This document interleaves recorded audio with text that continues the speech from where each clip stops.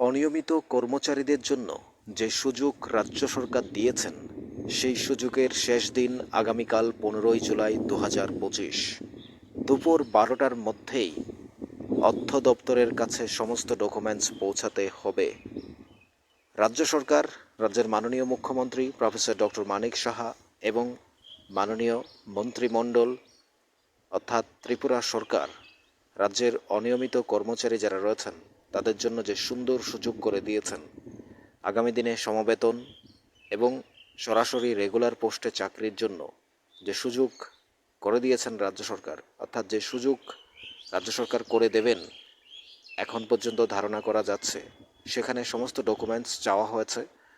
2003 এবং 2003-এর আগে এবং পরে যারা অর্থ দপ্তরের নির্দেশিত বা নির্ধারিত টাকা পাচ্ছেন বা স্যালারি পাচ্ছেন, যে ডকুমেন্টস রয়েছে অর্থ দপ্তরের ডকুমেন্টস মূলে, অর্থ দপ্তরের কাগজ মূলে আপনারা যে টাকা পাচ্ছেন, ডিআরডব্লিউ, কন্ডেন্সি ওয়ার্কার কিংবা part time worker, casual labour যারা রয়েছেন, আপনারা যারা অনেক বছর ধরে চাকরি করার পর আপনারা অর্থ দপ্তর থেকেই সেই টাকা পাচ্ছেন বা ফিনান্সের সঙ্গে আপনারা যারা যুক্ত, সেই কাগজ আপনাদের রয়েছে, আপনারাই শুধুমাত্র এই জায়গায় অ্যাপ্লাই করতে পারবেন। অর্থাৎ অর্থ দপ্তরের সঙ্গে যুক্ত বা অর্থ দপ্তরের কাগজ না থাকলে আপনারা এখানে অ্যাপ্লাই করতে পারবেন না। এটা আপনাদের নিজেদেরকে অ্যাপ্লাই করতে হবে না। আপনারা যেখান থেকে, যে অফিসের থেকে স্যালারি পান, সেখানকার অথরিটি কিংবা ডিডিও যারা রয়েছেন ওনারাই এটাকে পাঠাবেন। অর্থাৎ এখন পর্যন্ত ম্যাক্সিমাম অফিস থেকে পাঠিয়ে দেওয়া হচ্ছে।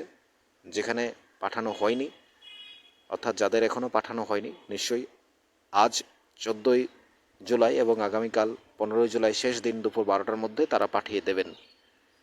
কারণ এই চাকরিটা অত্যন্ত গুরুত্বপূর্ণ, কারণ প্রতি মুহূর্তে আশঙ্কায় থাকে যারা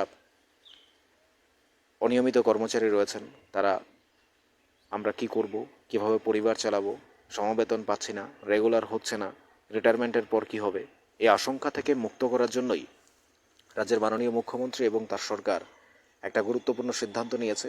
এই সিদ্ধান্তক্রমে অর্থ দপ্তর থেকে যে নোটিশ বেরিয়েছে, 2003-এর আগে এবং 2003-এর পরে যারা অর্থ দপ্তরের কাছ থেকে সরাসরি বা অর্থ দপ্তরের সঙ্গে যুক্ত কিংবা অর্থ দপ্তরের বরাদ্দ মূলে যে টাকাটা আপনারা পাচ্ছেন, স্যালারি পাচ্ছেন, অর্থ দপ্তরের অনুমোদিত আপনাদের কাগজ রয়েছে, আপনারাই শুধুমাত্র অ্যাপ্লাই করতে পারবেন। তারপর রাজ্য সরকার দেখবে কতজনের কাগজ পাঠানো হয়েছে, অর্থ দপ্তর দেখবে, তারপর এগুলো নিয়ে সিদ্ধান্ত করা হবে, ক্যাবিনেটে আলোচনা হবে যে কিভাবে এদেরকে সমবেতন দেওয়া যায়, কিভাবে রেগুলার পোস্টে দেওয়া যায়। অর্থাৎ আপনারা আজ যারা ক্যাজুয়াল লেবার আছেন, আজ যারা কন্ডেন্সি ওয়ার্কার আছেন, আপনারা যারা পার্ট টাইম ওয়ার্কার আছেন, আপনারা যারা ডিআরডব্লিউ হয়েছেন, নিশ্চয়ই করে যারা অর্থ দপ্তরের কাগজ রয়েছে, আপনারা আগামী দিনে রেগুলারের সম্ভাবনা প্রবল রয়েছে, সমবেতন পাওয়ার সুযোগ রয়েছে। অর্থাৎ সেই জন্যই রাজ্য সরকার চেয়েছে কাগজগুলো। আপনারা অনেক দিন ধরে বঞ্চিত রয়েছেন, আপনাদেরকে সুযোগ করে দিচ্ছেন মাননীয় মুখ্যমন্ত্রী প্রফেসর ডক্টর মানিক সাহা, তার সরকার। আপনারা চিন্তা করবেন না, আগামী 2028-এ নির্বাচন রয়েছে, 2026-এ নির্বাচন রয়েছে। রাজ্য সরকারও প্রতিশ্রুতি দিয়েছিল যে সমবেতন এবং অনিয়মিত কর্মচারীদের রেগুলার করা হবে। অর্থাৎ সেই সুযোগের জন্য মাননীয় মুখ্যমন্ত্রী প্রফেসর ডক্টর মানিক সাহা যে কথা দিয়ে কথা রাখেন এবং ওনার কথার কাজে যে সমান, উনি যে মানুষকে স্বপ্ন দেখিয়ে সেই স্বপ্ন পূর্ণ করেন, তার একটি উদাহরণ আরও একবার আপনাদের জন্য সেই দরজা খুলে দিল। যে অন্ধকারে আপনাদের জীবন ছিল, সেখান থেকে আপনাদের রাস্তা খুলে দিল, আলোর পথ দেখিয়ে দিলেন মাননীয় মুখ্যমন্ত্রী প্রফেসর ডক্টর মানিক সাহা এবং তার সরকার।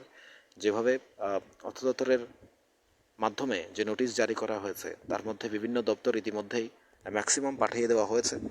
ডিডিও কিংবা অথরিটিরা যারা রয়েছেন, আপনারা যেখান থেকে স্যালারি পাচ্ছেন, অনিয়মিত কর্মচারী যারা রয়েছেন, তো আপনাদেরগুলো পাঠিয়ে দেওয়া হয়েছে ইতিমধ্যে। যাদের পাঠানো হয়নি, নিশ্চয়ই আগামীকাল 15ই জুলাই 2025 দুপুর 12টার মধ্যে পাঠিয়ে দেবে।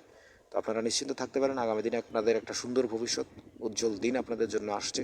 সমবেতন এবং রেগুলার পোস্টের চাকরির একটা সুযোগ করে দেবে বলে আমরা ভাবছি রাজ্য সরকার। আপনাদের কী মনে হয় জানাবেন কমেন্টস বক্সে। প্রতি মুহূর্তের আপডেট পেতে আমাদের নিউজ ত্রিপুরা ওয়ান চ্যানেলটি সাবস্ক্রাইব করে রাখুন।